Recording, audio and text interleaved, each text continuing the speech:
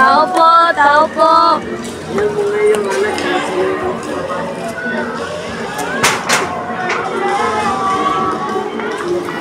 Sino pa kayo? Bakit yan dito? Kilala mo ba si John Ray? Oo, ama ko yan. Okay. Pwede bang papuntahin mo siya dito? Dahil may kailangan lang kami sasabihin. Sabi niyo na lang sa akin, sabihin niyo lang sa ama ko. Siya lang, tawagin mo lang siya at kami mo lang ang Kat, sige, pupunta lang ako dyan. Pagantay niyo ako.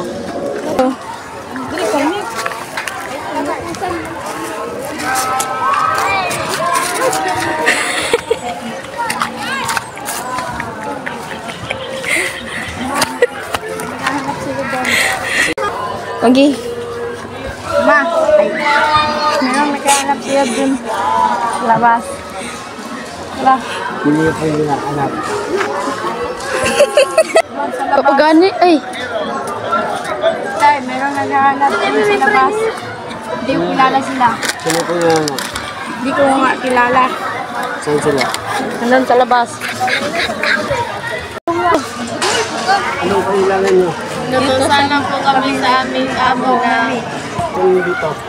Natutusan po kami ng amo namin at kunin ng Bakit kayo nandito? Natutusan po kami ng aming amo na kunin na daw ang teritoryo. Hindi ka mo papayag kahit mo. Bakit kayo nandito?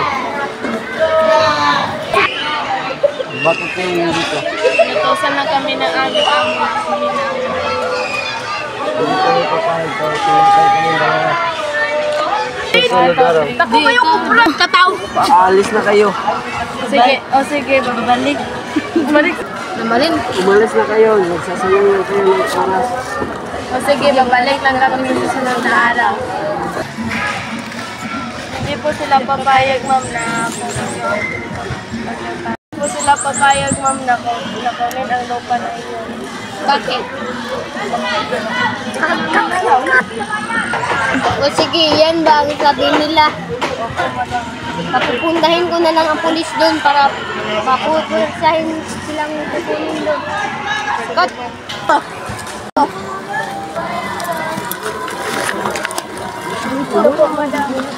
Tao po! Ano po yun? Kayo po ba yung may-ari ng lupang ito? Opo. Kukunin ko na ang lupang ito dahil meron akong papilis. Hindi kami papayag kahit dahil dito ako lumaki. Kung hindi kayo papayag, ipakukulong ko kayo. Huliin nyo na. Hindi ko papayag. Ay!